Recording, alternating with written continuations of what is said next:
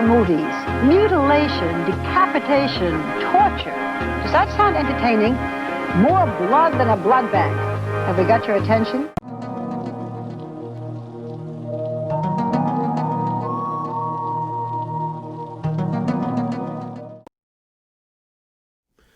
Alright, welcome back, extraterrestrials, to the X-Files franchise breakdown. In this week's episode, we're doing Shadows. That's Season 1, Episode 6, if you didn't know. In this episode, Mulder and Scully investigate the deaths of two men believed to have been killed by a powerful psychokinetic force. Now, this episode is just chock full of X-Fileness.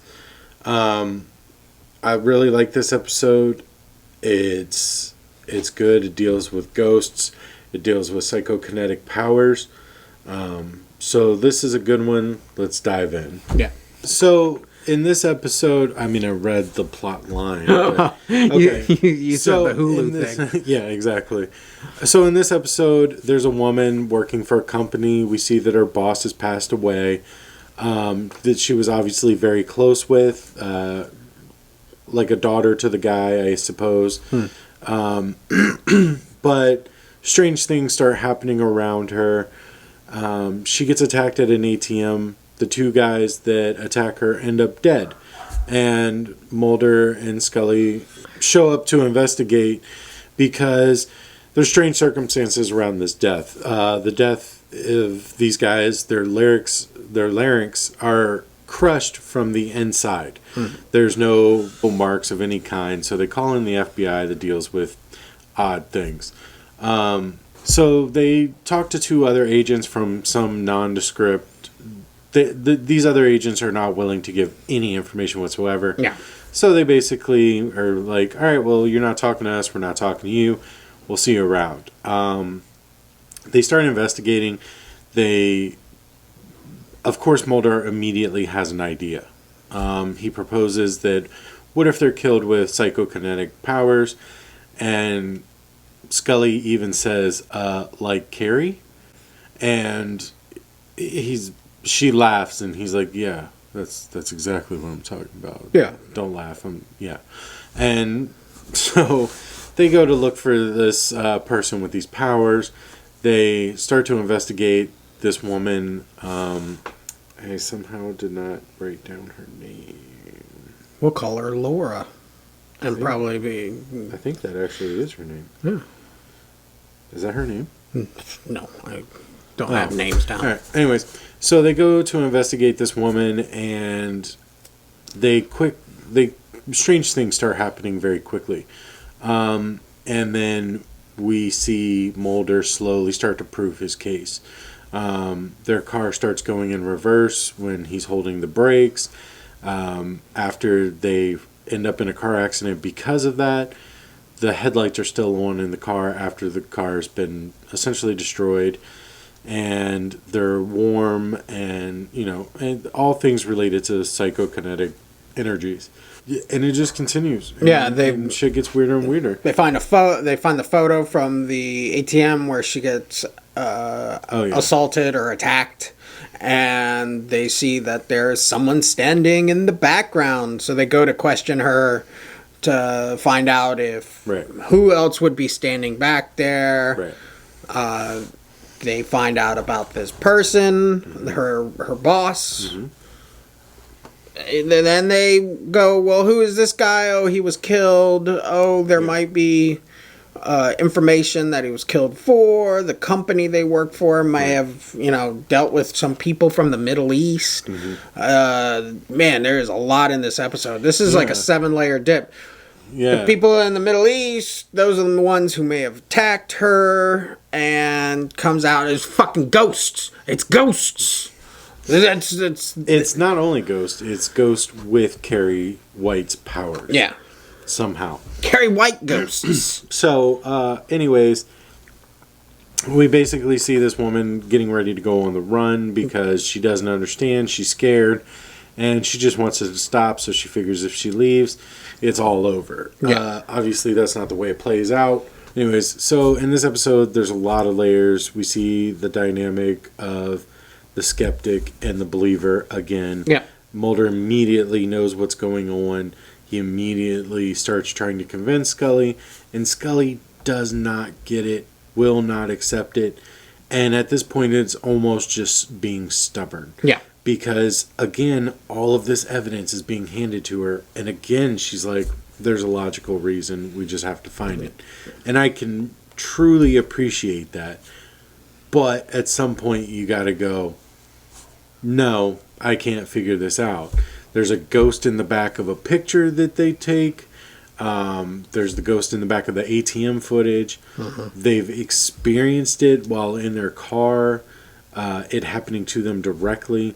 And again, at the end of the episode, Scully is stuck. 2 times, Scully is stuck, and she can't witness it for herself. Her seatbelt gets stuck in the car for some reason. She couldn't figure out how to push a button or something. I don't know. But so she doesn't get to experience another person being killed by this ghost. And then later, at the end of the episode, again, she gets locked out of a room when all hell breaks loose and this ghost goes nuts. Yeah. So, I don't know. It's just like... Ghost was like, no, Dana, you can't be in the room. You can't see me work. Yeah, Mulder's the only one who believes me. I mean, it is kind of funny, though, that Dana's like... He's still alive. And that's when they go and look through the newspaper and oh no, motherfucker's dead. Yeah, and they even went as far as to get DNA analysis and stuff of his body because his organs were donated. Yeah. So and they were trying to get DNA samples, and that's when they were like, oh no, you can't. They're all over the world or United States at the time. But yeah, as a fully thrown together story, there's a lot in there. Yeah, there's a lot. It doesn't feel cluttered. No. It's not like, this and then this. It does play out nicely. But the only thing that I had was, it was like, the ghost idea is cool, but I think if they would have just stuck that she's Carrie, like she has ESPN, or, well, I hope she has ESPN, ESP, I would have liked that too. Okay. But then there would be no need for the ghost. Yeah. Just cut the ghost out. Just that this is a girl that can, that might be a story down the line. But then that's just Carrie. Yeah, she's Carrie. All right, is this a Monster of the Week episode? No. You don't think it's a Monster of the Week? No.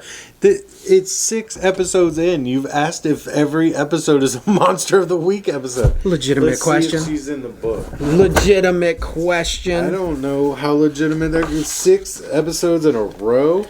No. The next monster is ice. Okay. So. But, because I did have, when I see a Monster of the Week, it means that there's no, it's alien Scully, kind of deal. But if it's not considered a Monster of the Week, I mean, it's still good detective work. They do a raid on an office, which I do like. Yeah. All right. I think this one also starts to play with Dana's faith a little bit more.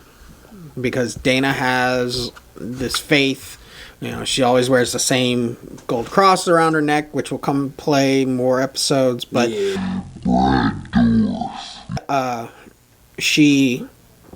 when they're investigating Laura, we'll call her, when they are interrogating her, she starts talking about faith, about spirits moving on and these things, unfinished business, just to get her to be like, hey, motherfucker, we know that there's some shady shit going down in your office building. If you would just cooperate with us right now and let us know, this could go a lot smoother. Because she won't talk to the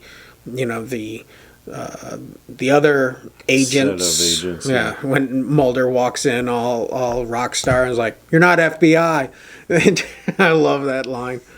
But I enjoy, Dana's faith, because it's that dual-edged sword. Oh, you believe you have faith, but yet aliens are not in that faith. Oh, you believe that a man turned water into wine, but it's hard to believe that there are ghosts out there or something.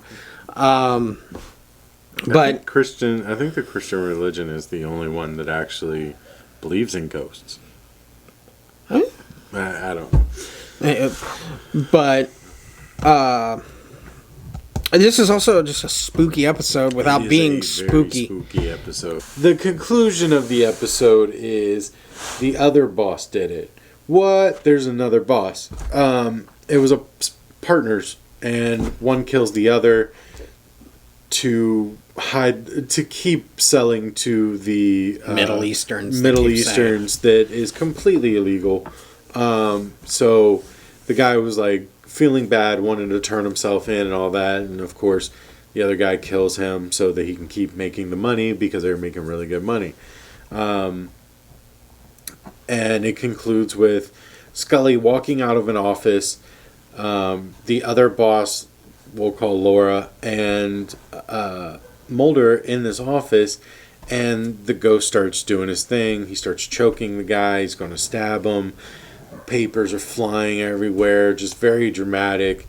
And then we see that the evidence they're looking for was hidden in the wall. Yeah. But it's a great episode. Yeah. Front to back, it's a great ghost story. It's a great superpower story. Great detective work that they do. Again, we see the raid. That's nice because through these episodes, you almost kind of forget that they're agents. Yeah. They flash their badge and guns often throughout the series, but at certain aspects, you forget that that's who they are. So it's nice to see those little elements of actual straight up down the road, police work, bureau work, whatever. Yeah, it's good to watch. Like, not only are we dealing with, crazy things, aliens. It's good to see, like, we're dealing with crazy things like aliens, and we're dealing with ghost or caveman in the last episode. But it's also good to get a police work. Yeah. Because it is the FBI. It is, they are there to investigate a real crime. Each episode, I've noticed, has a real crime. Might be an X-File, but there is a crime that has been kind of... Right. There's a real crime to get it kicked off at least. And that's one thing that I really enjoy with the X-Files, is that there is a bit of reality to the science fiction there. So, and that's definitely something that I did not appreciate when I was younger watching this. I did not appreciate the cop element. The bureau element. Yeah. But yeah, that's good. Yeah. That's a good point. But yeah, I like this episode way more than the caveman. Yeah, the Jersey Devil. The Jersey Devil, if you're binge watching it, you can skip it if you need to. I say don't. I say watch it. Get the not the bad. Get the A stories with the B stories and stuff. And don't you ever skip an X-Files episode. No, because they all do kind of flow together and stuff. Without watching Jersey Devil, we would never be sitting here talking about the relationship of Dana and Mulder together. Okay, so what was your biggest takeaway from this episode? What was the part of the episode that you were like, ooh? I'm gonna go cinematography definitely in this. I do like the camera shots, how they set him up. Even though it's still television, they did have a little bit of budget. We're mid-season now. We're mid-season in the first season. I mean, X-Files isn't exploding like it does, in later seasons. But they're putting their money smartly to, camera angles and things of that nature. Just the idea alone, too, was really good. A ghost, you could have done this two ways. Either A, there's a house, it's got ghosts, it murdered the ghost killed people. They're going to find out, how these people died. Oh, there's ghosts in the house. But there's an actual entity following a specific person for a specific reason, because he still feels guilty, Yeah, and he's protecting. Yeah, and that also cuts back into Dana's faith. And I think that's what this episode really brings forth, is that of Dana's faith. And we will learn more about that going down the line. Brad Dorff. Yeah. Okay, so why do you think... What do you think the most... No? Why do you think instead? No, I think that the biggest takeaway, I didn't really put the strain on Dana's faith as a thing. I didn't recognize it. The biggest thing that I noticed, and I know the answer, but I don't understand why Dana keeps missing it. Every episode she's missed the shit.